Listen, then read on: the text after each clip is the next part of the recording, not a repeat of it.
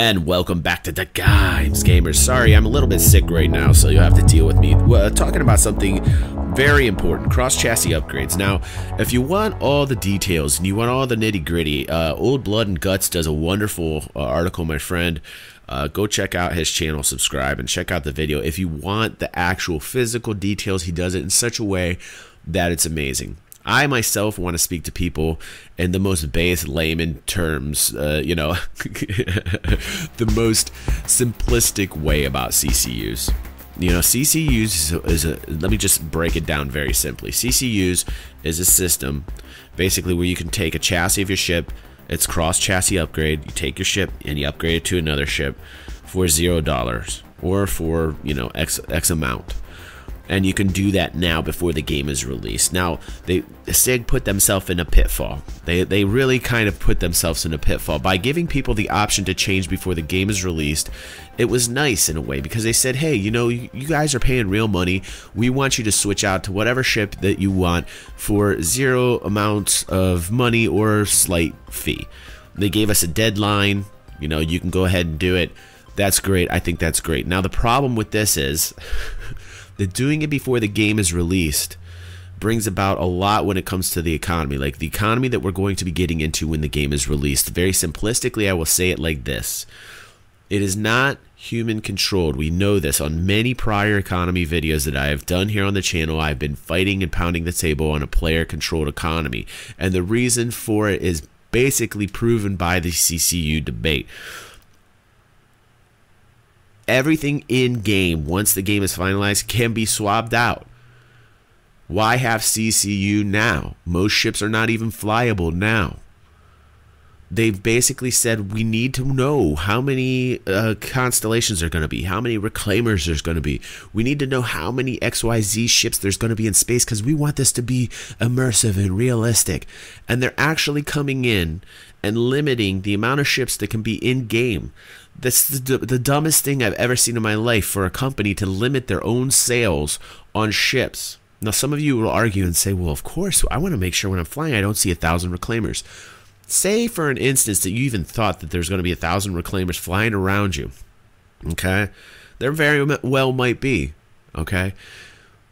The ability of the skill of the pilot, the ability of the pilot to fly the ship correctly and not get it blown up, the ability of the pilot to actually profit from the ship. There's so many variables in which you might not see that ship fly a week after it's released, so that 1,000 reclaimers might only be a couple hundred reclaimers because they're like, shit, I can't fly this ship and make any money because I'm always getting blown up when I'm flying it out.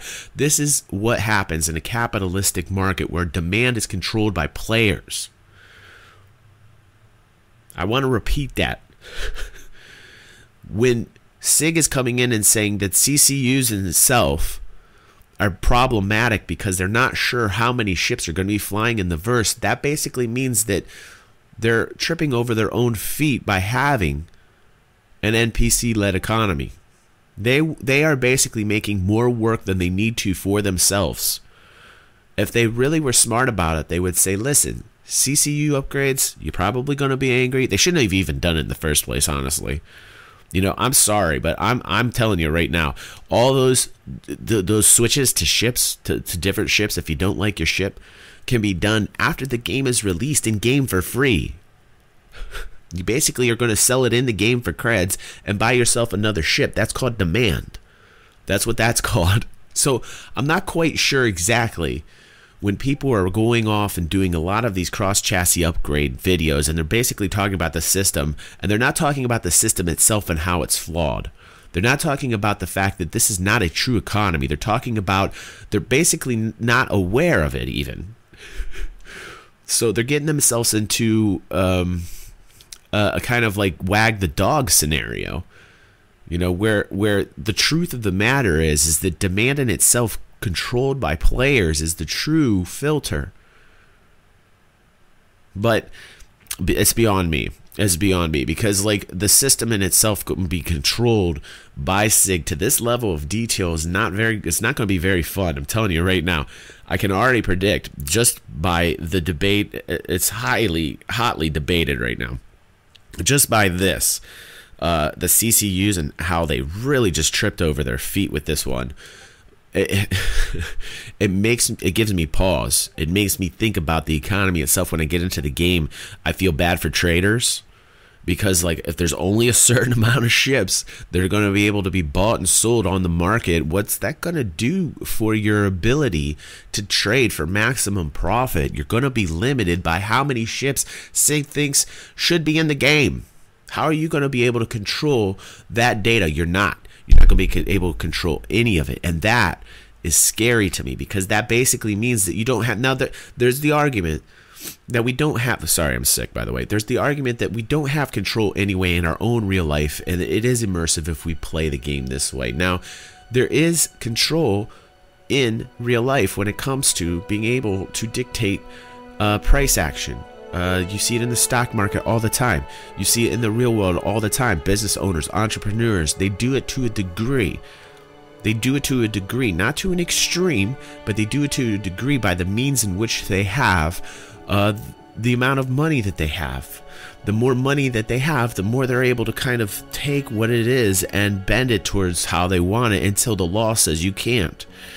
The law right now in SYG is so like right up against you that there's no wiggle room. And the CCU is the first example of why having a NPC controlled economy is a very bad thing. And again, we can get back into the argument that, you know, oh my goodness, what about having a million you know, javelins out there? You know, for an instance, like to even think that there's going to be that many. But let's just say everybody has a javelin. Okay, that's not very immersive. You get in the game, there's a shit ton of javelins. I got it.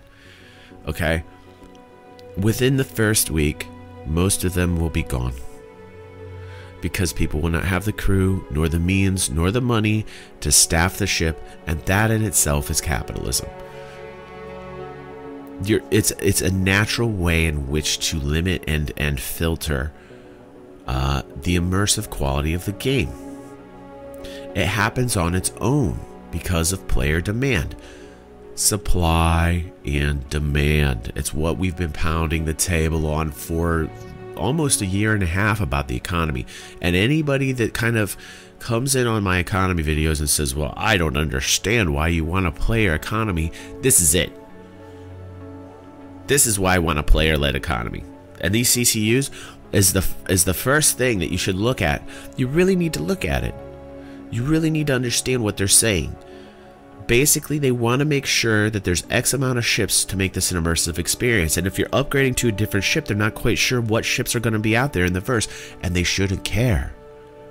Neither should we. Because we're the ones who decide what it's going to be. But nope, that's not the way it is right now. So now they're creating more work for themselves and basically giving us a headache. So thank you. Thank you for watching this. Tell me what you think down below in the comments. I would really love to hear your viewpoints, your opinions. And I know that these videos that I do right now, like this particular video, is not being discussed. This is not being talked about. CCUs and the effect towards the actual Star Citizen economy. As I'm talking about this, I'm wondering what the title should be. But we shall see. And so that's my 2 cents on CCUs. And basically, I'm talking not so much about the CCUs, but the effect on what I think is going to happen in the direction, the wrong direction that we're going with the economy. I still love the game. Still love the game. Still will play the game. But they better be careful, because they're treading in very dangerous waters here. SYG is treading in very, very dangerous waters if they're going to be the only ones. And it's not player, if it's not player controlled economies, we do the work for them in a player controlled economy. Right now, they're doing all the work. And I'm telling you right now, they're probably thinking about this and thinking, Jesus, what do we step in? Like, we're actually going to be doing all the work for the economy. Do they even realize how time intensive that's going to be to make it? I mean, in a way that they're going to do it, they're making it a fake real economy. They're going to police it so much that it will be very apparently fake. So, you know, the economy in itself is always controlled by supply and demand. And the second you start to actually like make that false, is the second you've turned a lot of people off to this game who are into trading, who are into industry, who are the miners, who are the industrialists. You're turning everybody off. So look at it, Sig. Look at it for what it is. Here's your first hiccup, and this is going to tell you why you shouldn't care. Why you should let people do it in game, swap out ships in game, get rid of CCUs altogether. This is ridiculous. This is absolutely ridiculous. But they can't now because they've already offered it. Once you've already offered it, to try to take that back, oh, you're going to make more people angry. You're going to make a lot of people angry. So thank you, gamers. I know a lot of you probably don't agree with me, but I am an extremist when it comes to the market because I believe in actual human-led, real, tangible markets led by people and brains.